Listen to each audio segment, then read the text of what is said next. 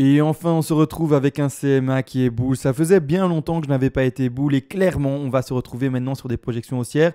Qu'est-ce que ça va changer? Premièrement, pour les traders, chaque fois qu'il y aura des bougies rouges, on va essayer de trouver l'opportunité pour ouvrir des longues et monter avec le marché. Ça va être un grand changement alors que d'habitude, on cherche des opportunités de short. Maintenant, quel plaisir de dire, enfin, on cherche les bougies vertes et non plus les bougies rouges. Jusqu'à preuve du contraire, on a eu beaucoup de bougies rouges jusqu'à mi-d'année 2020. Donc, ici, plus précisément, en fait, mars d'année 2020. Donc ça dure pas en fait, mais un peu avant. C'est-à-dire que clairement, on va enfin se retrouver dans des opportunités d'achat pour le BTC en termes de trading, également bien entendu pour l'investissement, mais encore une fois, tout dépend du style et surtout de la stratégie d'investissement que vous avez.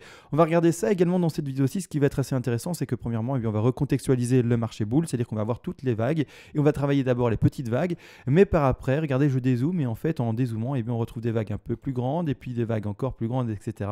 Et on va retrouver finalement les objectifs que j'ai pour le BTC à, entre guillemets, plus ou moins long terme. Et quand je dis plus ou moins long terme, c'est du 3-4 ans. Et bien entendu du terme encore plus long, 10 ans, 15 ans, 20 ans, 30 ans et plus. Mais clairement, voilà, pour exprimer le délai qu'on va essayer d'analyser ensemble, encore une fois, le temps, c'est pas le travailler. Mais voilà, on a vu qu'un bull run, ou en tout cas une hausse significative du BTC, prenait un cycle d'aux alentours des 3 ans, 4 ans, quelque chose comme ça. Donc on va essayer de voir, bien entendu, à quoi on peut s'attendre pour le BTC. On va regarder bien les hausses qu'il peut atteindre. Je vous le dis, les 100 000 et plus sont tout à fait potentiels pour le BTC. En tout cas, ce sont des objectifs pour moi tout à fait réalistes. On va analyser tout ça durant cette vidéo, bien entendu. Excusez-moi, je sais que ce soir je vais avoir un chat dans la gorge. C'est déjà la deuxième fois que j'enregistre cette vidéo-ci parce que je suis gêné en fait par un chat dans la gorge. J'arrive pas à le faire partir et tant pis. Et bien là maintenant je vais pas recommencer. Donc c'est à dire que là je vais faire une petite coupure, tousser un bon coup comme ça vous êtes au courant et relancer la vidéo. Sur ce, on fait la petite intro et on se retrouve après la petite coupure. Et voilà, on se retrouve enfin sur le BTC face au dollar. On va l'analyser ensemble. Merci déjà à toutes ces personnes qui soutiennent la chaîne. C'est vrai, je le dis tous les jours, mais il faut le dire parce que quelqu'un qui partage son temps et qui partage également sa pédagogie et également, vous le savez, tous ses plans de trading et ses plans d'investissement, c'est quelqu'un qui va continuer tant qu'il est récompensé et soutenu. Merci aux personnes du coup qui soutiennent, comme dit cette chaîne-ci avec des donations. Je rappelle également, les donations sont en fait faisables par palier et déjà vers les premiers paliers de donation, je vous envoie du coup en contrepartie pour vous remercier à mon tour toutes les règles d'Elliott en français. Je remontre ça également rapidement. Les règles d'Elliott, je le rappelle, j'ai écrit de manière concise, en peu de pages, en français, de manière accessible avec toutes les règles pour que tout le monde puisse l'apprendre. Le débutant comme le confirmé vont s'y retrouver bien entendu et ainsi par après être le plus rapidement autonome et faire finalement les projections de prix, les scénarios, etc. que je fais journalièrement en vidéo mais par vous-même. Maintenant que tout ça a été dit, merci aux donateurs, etc., PDF expliqué, etc. On part enfin dans le vif du sujet. Je vais partir, alors dans cette vidéo-ci, sur les projections haussières. Alors d'abord, petite vague, puis après plus grande, etc. Et en fin de vidéo, je vais expliquer également l'invalidation. Excusez-moi, petit chat dans la gorge, je vous l'ai dit. Je vais également expliquer l'invalidation du scénario bear. Pour ceux qui veulent une vidéo exclusivement sur l'explication du scénario bear plus bull, mais vraiment avec les stats, etc.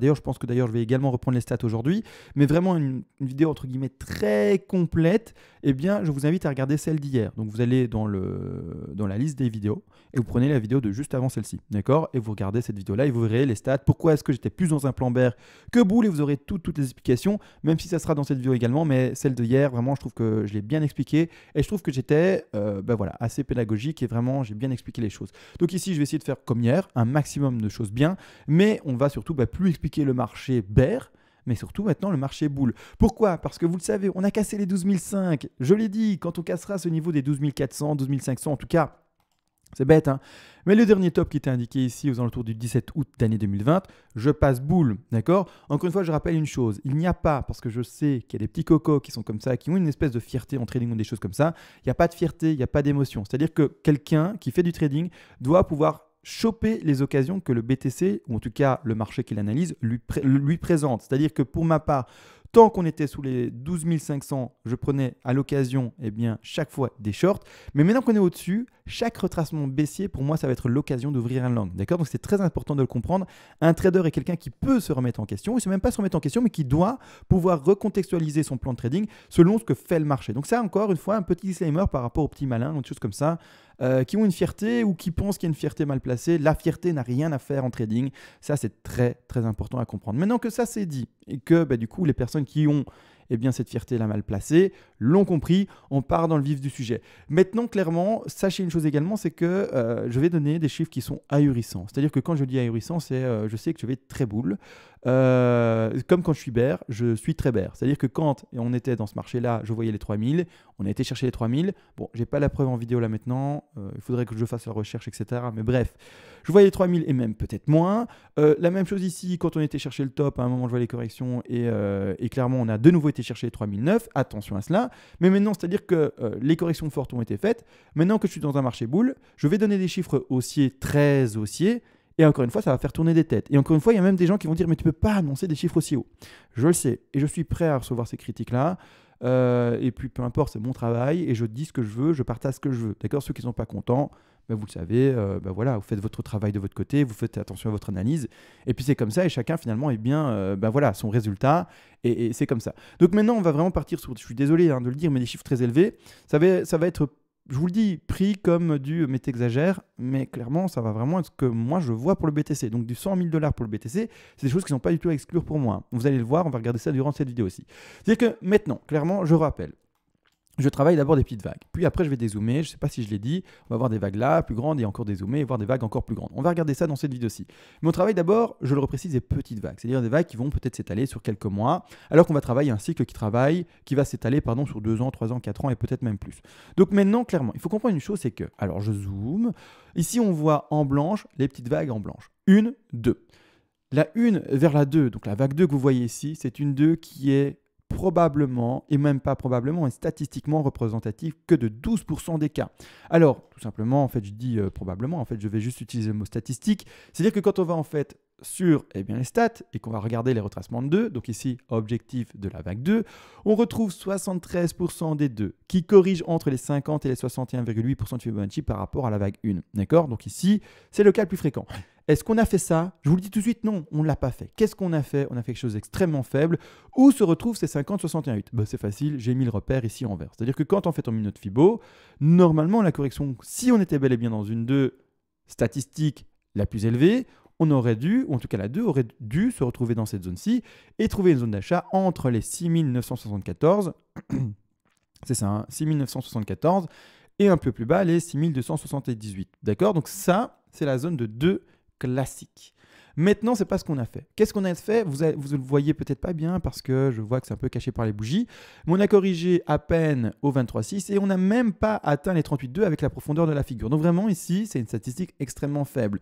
Et la stat faible, elle est indiquée. Hein, vous l'avez vu sûrement en lisant le PDF. C'est-à-dire ici, seulement 12% des 2 qui corrigent à 38,2. À 38,2, j'ai mis seulement 38. Je devrais peut-être un peu compléter et vraiment mettre les virgules, etc. Mais bon, c'est pas grave.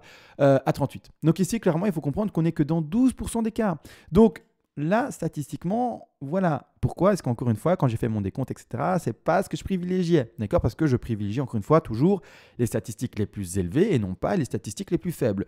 Maintenant qu'on a ça, une faible 2, pardon, et qu'on sait que c'est que 12% des statistiques, etc., que par après, on a des confirmations et qu'on a des breaks à la hausse, etc., qui vous disent non, on n'est plus dans le marché bear, c'est-à-dire qu'on n'est plus dans tes flats, etc., qui sont bear, mais maintenant, on peut déjà contextualiser ceci dans un marché bull, eh bien, on va lui trouver premièrement des hausses assez fortes. On va retrouver également des retracements de 4 qui sont en corrélation par rapport à la 2. Mais ce qui est intéressant de comprendre également, c'est que du coup, quand on va regarder les statistiques de la 3, je rappelle tous les objectifs d'une 3 en termes de Fibonacci d'extension. Ce sont les suivants, c'est-à-dire 161,8 minimum. Après, on a les 261,8 et les 423,6. On a de manière plus rare les 200 et les 361,8. On va regarder dans le Fibo où sont les statistiques les plus grandes. Et puis après, on va étendre le Fibo avec nous. D'accord? Avec nous, non, mais ensemble. C'est-à-dire qu'on regarde dans le petit PDF, ici, objectif de la vague 3, et on regarde ensemble. Où sont les statistiques les plus grandes? Elles sont à partir des 161,8. C'est-à-dire qu'ici, on a 45% de probabilité que en fait, cette vague 3 termine entre les 160, j'ai mis 160, il faudrait vraiment que je recomplète et mette 161,8 pour être vraiment précis partout, entre les 161,8 et les 175 de la vague 1, d'accord? Clairement, ça, c'est la stat la plus grande. Par après, on confirme le fait de terminer au-delà des 161,8 déjà avec 45%. À ça, on ajoute 30%, étant donné qu'on a 30% de probabilité d'être entre les 175 et les 261,8. Et à ça, on ajoute encore 8% pour terminer aux alentours, donc c'est-à-dire de dépasser même les 261,8. Donc ici, En ajoutant tout ça, on arrive vraiment à un taux de probabilité statistique assez élevé. Donc, clairement, ce qu'on va faire ici, premièrement, c'est une projection entre guillemets faible et après, je vais faire la forte. C'est-à-dire que la 3, si on a tout suivi, les stats disent qu'on doit au moins atteindre normalement les 161,8. On peut terminer en dessous, bien entendu, mais ce sont les stats, les plus faibles. C'est-à-dire que si, par exemple, on devait terminer ici, 15% de probabilité d'être entre les 100 et les 160. 161,8 exact, pardon. C'est-à-dire que là, on n'est plus que dans une stat de 15 et on peut même faire seulement 2% des 3 retrace à 100%. Donc là, maintenant, vous voyez, ça ce sont les stats très faibles. Donc, qu'est-ce qu'on va privilégier en mettant notre Fibo? Au moins les 161,8 et plus. C'est-à-dire que je mets mon Fibo, comme suit. Et donc, qu'est-ce qu'on va regarder? Et donc, où est-ce qu'on lit les 161,8? C'est ici, la ligne rose. Donc, on va placer ça 3 au moins à ce niveau de prix. D'accord? Au moins à ce niveau de prix. Ce niveau de prix est représentatif des 18 650 $. Donc, très belle projection haussière pour le BTC. Donc, c'est-à-dire que la hausse ici ne devrait pas déjà être finie. Si on est haussier, si on est dans le bon décompte, etc. D'accord? Maintenant, clairement, on ne devrait pas être fini là. D'accord? Donc, c'est-à-dire que maintenant, les 12 900 connus, presque 13 000, ne sont normalement pas le top, d'accord? Et ça devrait continuer à monter. Donc ici, je m'attends déjà, si enfin on est réellement boule et si enfin on se retrouve dans ce décompte-ci, à retrouver les 18 671 $. Donc très belle opportunité. Pour les investisseurs, ça fait plaisir. Ça va faire péter les dollars ou les euros, ça dépend en quel terme vous vous exprimez, dans votre portefeuille et ça va vous faire finalement un peu rêver parce que vivre un bull run, je vous le dis, c'est magnifique. Pour ceux qui ont vécu les bull runs précédents, ceci, personnellement, je l'ai connu.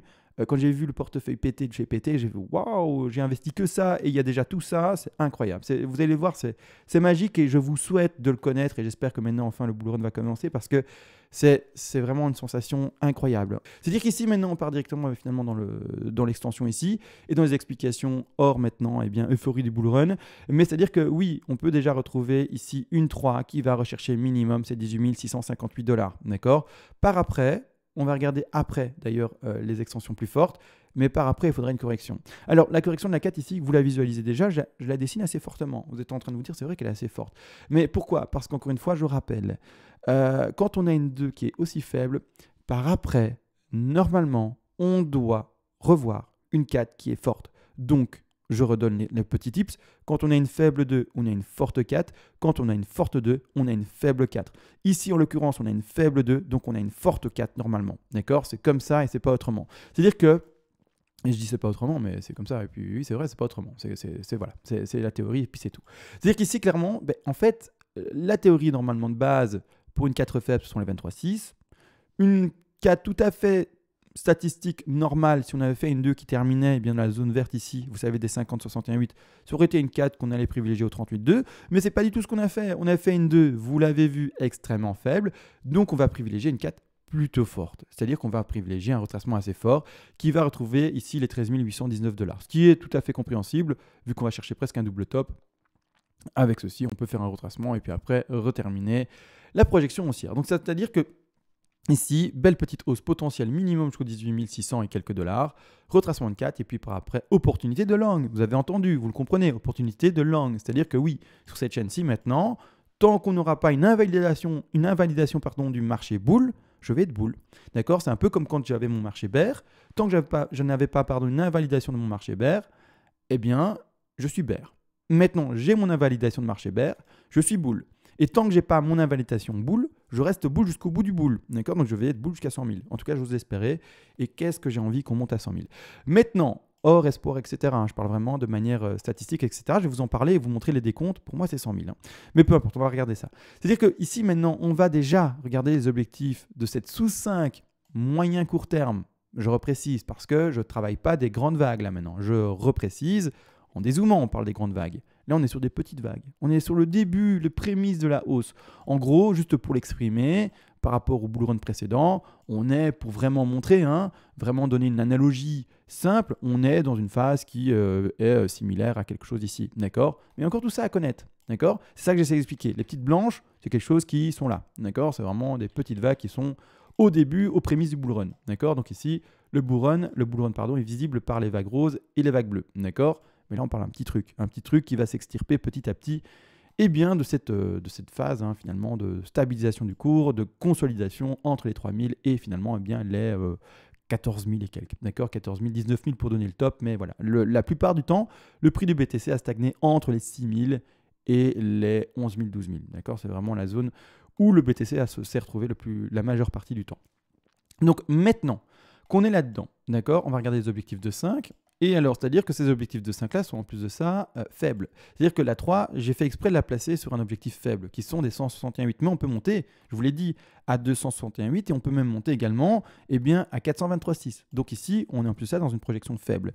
C'est-à-dire que si jamais, tout de même, quelqu'un ouvrait un long, etc., voulait tenir extrêmement longtemps son long, etc., peu importe, ou quoi que ce soit, ou même faire un investissement, entre guillemets, court terme et vendre les premiers objectifs, eh bien, les objectifs de revente vont être les suivants. D'accord? C'est-à-dire que, on prend du bénéfice et on est libre de prendre du bénéfice. Donc, on passe à l'achat en bas et on revend à un moment où le prix est élevé et nous correspond. Ou en tout cas, nous convient.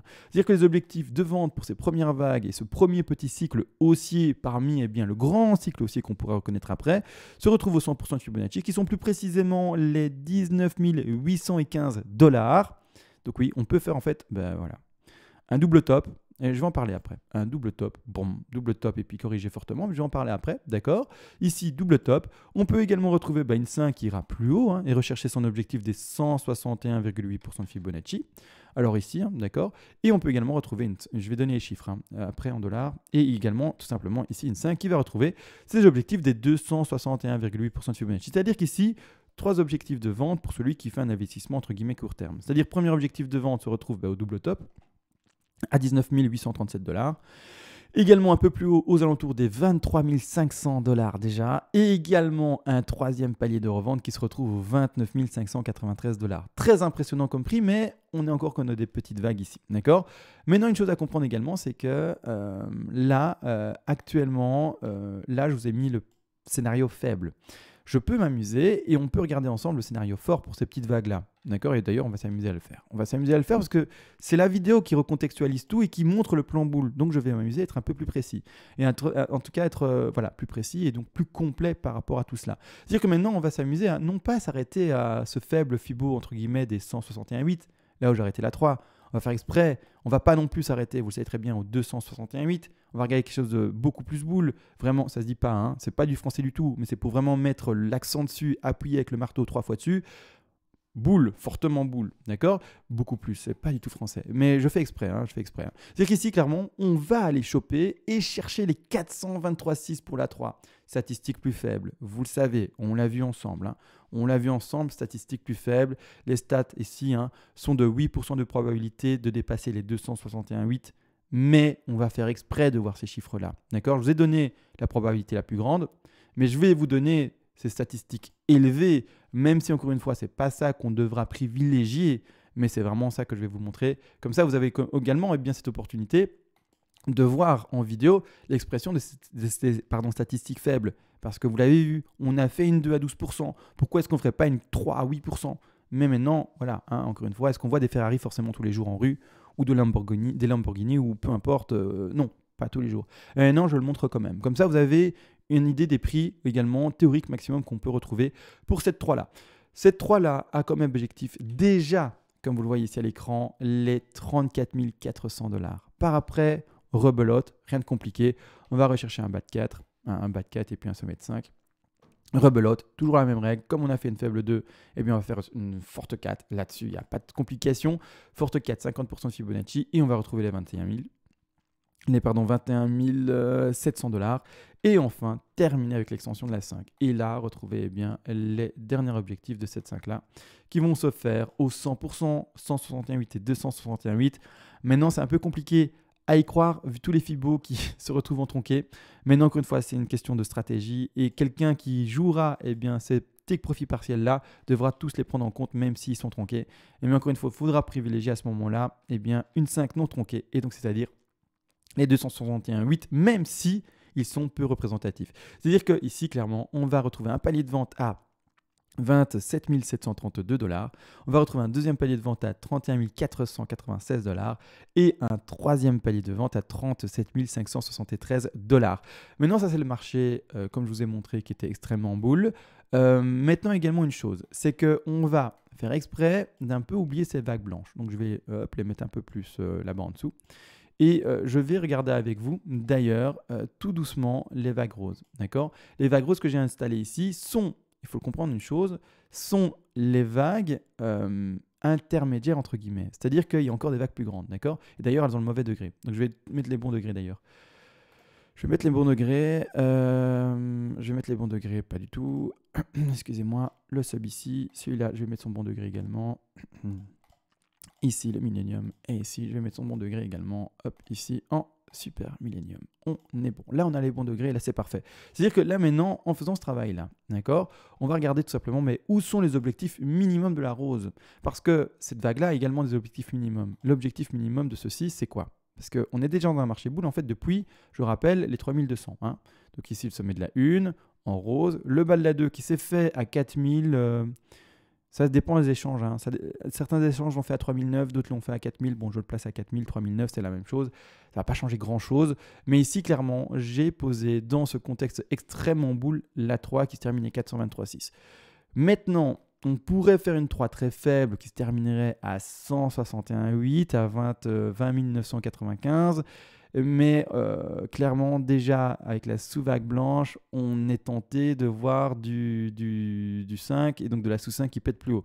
Donc clairement, on va plutôt privilégier, à mon sens, quelque chose qui ira rechercher la 3 en rose, au moins les 261 000 qui sont ici, comme vous voyez, aux alentours des 31 000. Donc quelque chose d'assez boule également. Avec là, par contre, à ce moment-là, vous le voyez également, je vais d'ailleurs mettre les dessins maintenant en visible.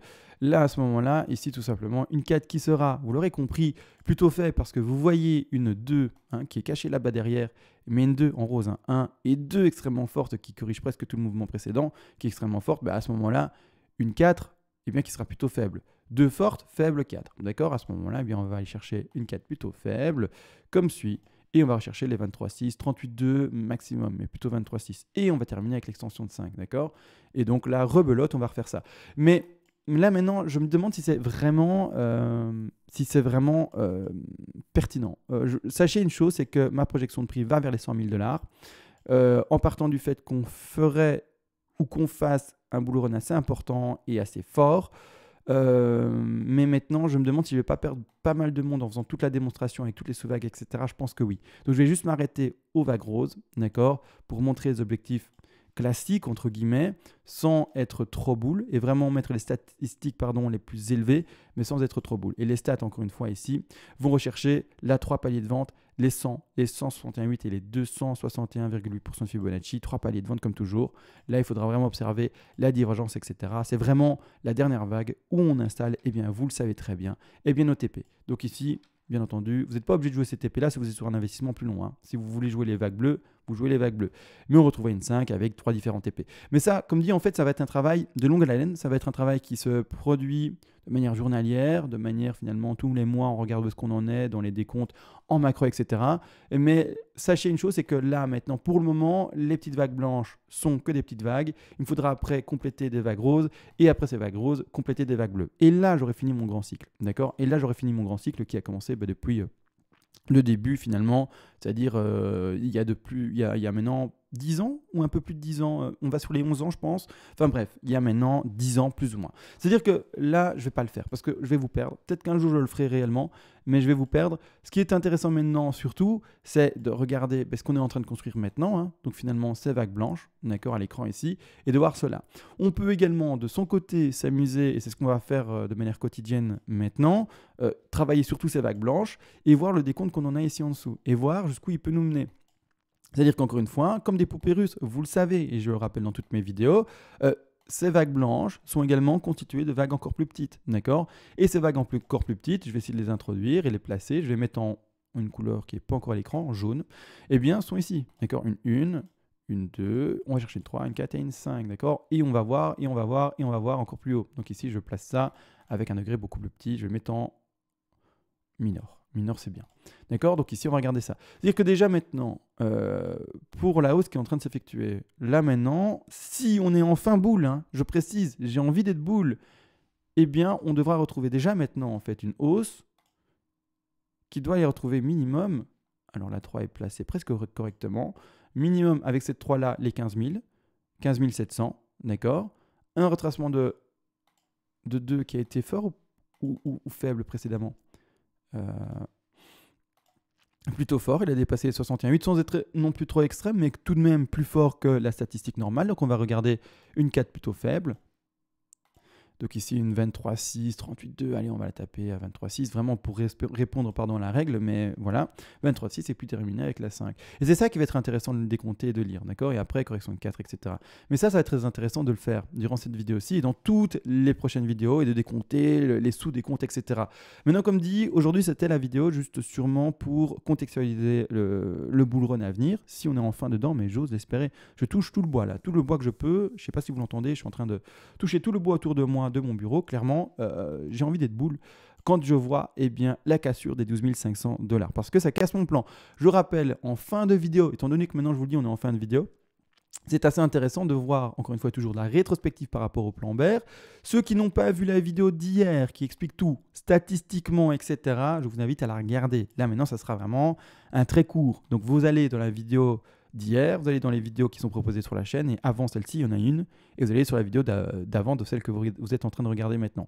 C'est-à-dire que là, maintenant, en fait, la chose, c'est que pour encore soutenir une flat comme suit, on ne devait pas casser les 123-127% de Fibonacci. On les a cassés. C'est fini, on les a cassés. Pour moi, je ne pars plus en flat.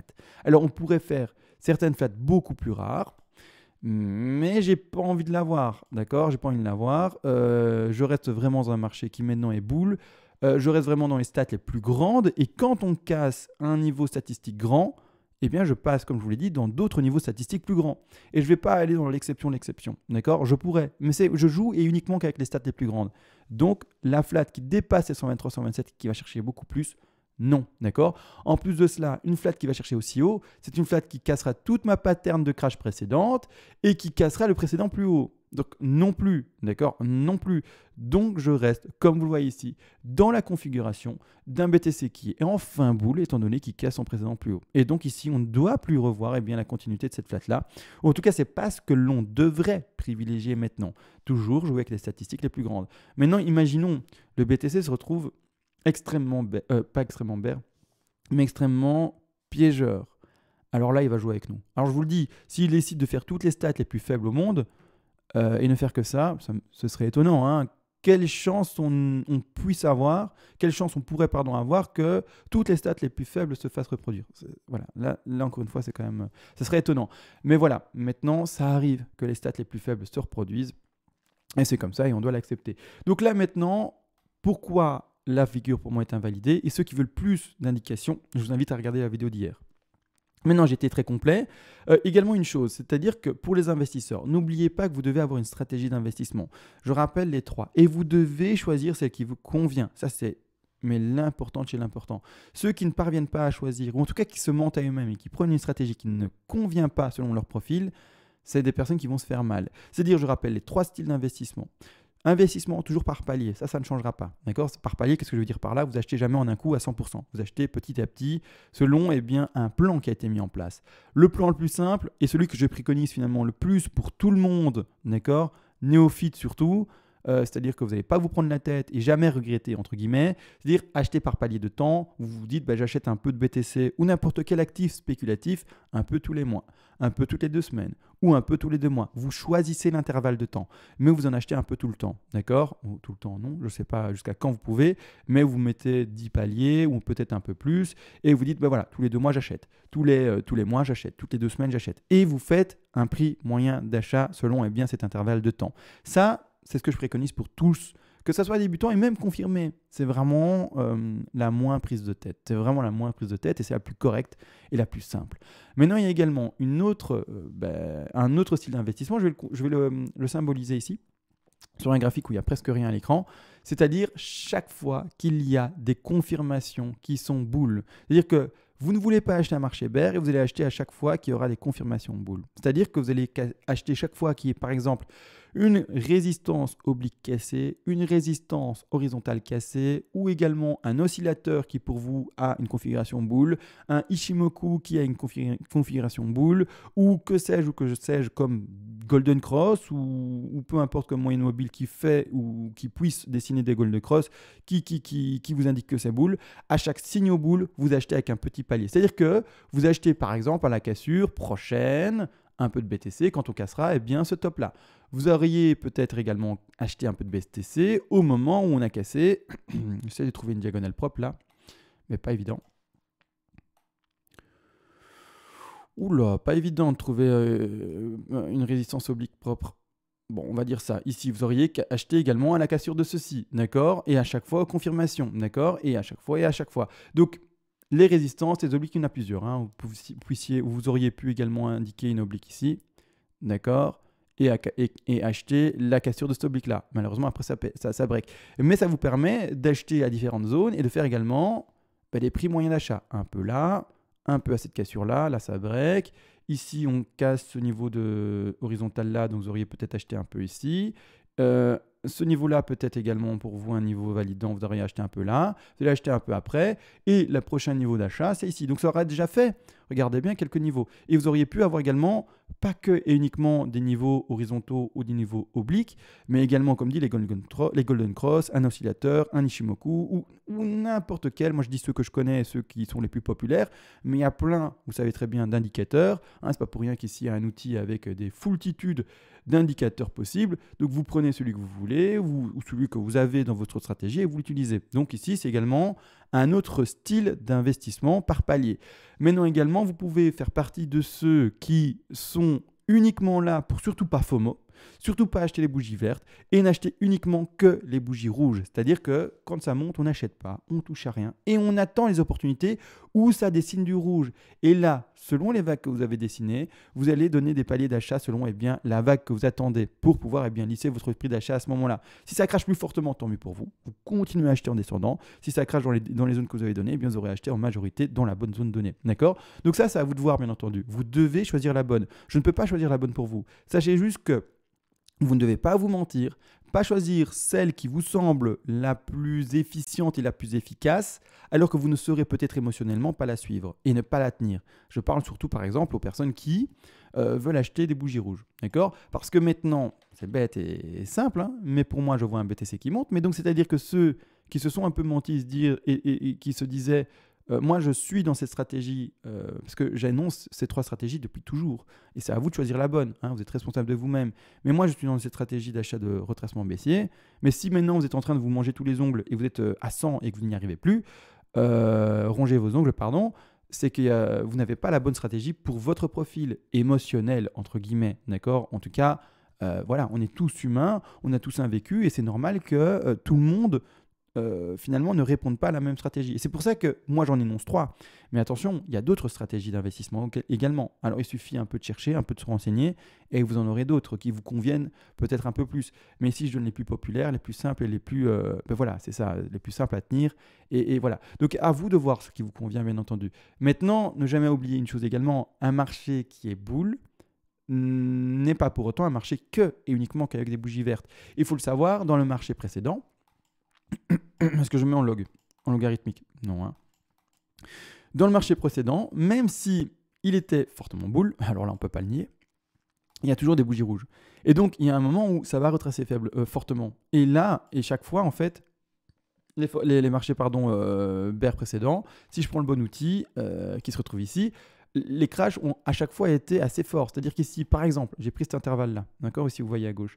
Le crash a été de 34%, d'accord? Donc, enfin, le crash, la baisse forte, significative, 30%, d'accord?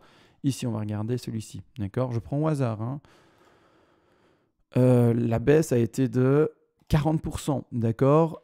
C'est assez fort. On va prendre celle-ci. Donc ici, toucher bottom, on monte. Je vais prendre celle-ci, là, le truc qui est complètement parabolique, d'accord? Ici, combien? On a fait combien? Ici. On va regarder. Donc, vous voyez, il y a des baisses. Donc, moins 41%. Donc, il y a des zones. Donc, ici, on était à 501 $ et on est descendu à 295. Donc, il faut savoir qu'il y aura des baisses. Mais encore une fois, il faut savoir se dire, je vais attendre ces baisses-là. Et je vais rentrer dans ce marché que quand il y aura ces baisses-là. D'accord? Mais encore une fois, c'est une question de pouvoir le tenir et savoir que notre stratégie c'est ça, c'est d'acheter uniquement les baisses. Donc 38,68. Donc ici, clairement, il faut savoir que là maintenant, il est vrai, je vois du vert, hein, mais il y aura des bougies rouges. Et donc, il y aura également, pour ceux qui ont ces stratégies-là, eh bien, des opportunités de rentrer dans le marché. D'accord? Donc là, maintenant, je pense avoir tout dit. C'était vraiment la grosse vidéo pour recontextualiser et montrer, en fait, maintenant, le nouveau plan en boule. Maintenant, j'espère qu'on est dans le bon, hein, clairement, hein, qu'il n'y ait pas un piège énorme du BTC. J'en ai lu dans le commentaire qui disait, et ce serait le magnifique piège que le BTC monte à, je ne sais plus combien ils ont dit, mais 13 000 ou 14 000 ou des choses comme ça. Peu importe en fait. Et puis qu'après, gros crash, mais là, ce serait incroyable. Ce serait le carjacking, ce serait le braquage total, non pas du BTC, nous sur le BTC, mais le BTC sur nous. Ce serait incroyable, incroyable. Donc maintenant, encore une fois, faites attention. C'est pour ça qu'on met, comme toujours, des paliers, d'accord, qu'on n'achète pas d'un coup. C'est pour ça qu'également on utilise des stop-loss. C'est pour ça qu'en fait, on prend tellement de précautions. Et ne pensez pas que les précautions, eh bien, ne servent à rien, surtout en trading et surtout en investissement également. Faites attention à vous. Et ça, c'est vraiment le meilleur conseil que je puisse vous donner. Si vous êtes trader, n'utilisez pas un levier trop grand. Attention aux liquidations également. Si vous êtes investisseur, eh bien, n'achetez jamais à 100% en un seul coup et faites des paliers. Ou en tout cas, n'achetez pas de manière uniquement émotionnelle. D'accord? Si vous achetez, c'est parce que eh bien, vous avez prévu d'acheter, parce qu'il y a ça qui s'est passé et que c'est ça que vous aviez prévu. Donc, entre guillemets, bien si par exemple votre style d'investissement c'est d'acheter tous les mois, quand vous achetez tous les mois, c'est parce que vous avez prévu d'acheter le 15 du mois, d'accord? C'est bête, vous allez dire, bah oui, bah, du coup, oui, c'est ça, d'accord? Si vous avez prévu d'acheter sur chaque cassure d'une résistance, d'un signal boule ou quoi, eh bien vous achetez parce qu'à un moment, il y a une golden cross qui se dessine, ou parce qu'à un moment, il y a la résistance oblique qui casse, et donc le BTC pète à la hausse. Mais voilà, mais vous n'achetez pas à un moment, vous avez par exemple 10 000 euros de capital d'investissement, et vous dites, bon, le BTC là combien maintenant? 12 748. Allez hop, j'achète. Non, vous achetez peut-être avec 1000, maintenant vous achèterez de nouveau avec 1000 dans un mois, etc. Enfin, c'est pour exprimer encore une fois les méthodologies d'investissement. Ne faites pas la bêtise d'acheter tout à un seul coup maintenant. Parce qu'après, si jamais eh bien, le BTC fait ce qu'on n'a pas prévu, parce que la boule de cristal, je rappelle encore et je rabâche la chose, on ne l'a pas, ben, vous allez vous merdre les doigts et vous dire ben, mince, le BTC il crache, qu'est-ce qui se passe, hein? Et après vous allez vous dire ben, je suis mal. Donc encore une fois, attention à vous, d'accord? C'est vraiment la prudence, la précaution qui doit être finalement maître et non pas la, comment dire, pas la spontanéité, mais non pas l'impulsivité, non pas l'émotionnel, non pas tout ce qu'il ne faut pas, quoi, d'accord? Attention, juste palier, précaution et donc sécurité, d'accord? Donc là maintenant je pense avoir tout dit. J'ai pas parlé des gaps, il y a des gaps. Et il y a encore des gaps qui sont ici, comme vous voyez, et normalement, on devrait les combler. Donc, on va regarder ça, bien entendu, mais pas aujourd'hui. Pas aujourd'hui. On va regarder ça d'ailleurs par rapport au décompte, mais on va en parler demain, parce que là, ça fait une vidéo trop longue, beaucoup trop longue. Il me semble, je suis au moins à 20 minutes ou 30 maintenant. Donc, on en parlera demain. D'accord? On en parlera demain. Sur ce, tout a été dit. L'invalidation scénario bear, la démonstration du nouveau scénario boule, sans aller trop dans les grandes vagues, sinon je vous perds et ce serait de trop en fait. Surtout que on est au tout début du scénario boule. Donc maintenant, très heureux pour les investisseurs que ça monte, pour ceux qui ont du BTC sur eux, bien entendu. Pour les nouveaux investisseurs, répondez à votre stratégie. Continuez à acheter selon votre stratégie et puis c'est tout. Et puis c'est tout. Et puis c'est pas plus compliqué. Sur ce, vraiment, je vous souhaite à tous du coup une bonne soirée parce qu'il est déjà 22h et plus. Bonne soirée, bonne nuit pour ceux qui vont se coucher, bon matin pour ceux qui habitent de l'autre côté de la planète par rapport à moi qui suis en Europe. Ceux qui sont en Inde ou en Australie ou aux États-Unis, bonjour, bon matin, etc. Et sur ce, moi je vais bien entendu bientôt me coucher. Sur ce, je vous dis tous bonne soirée et ciao.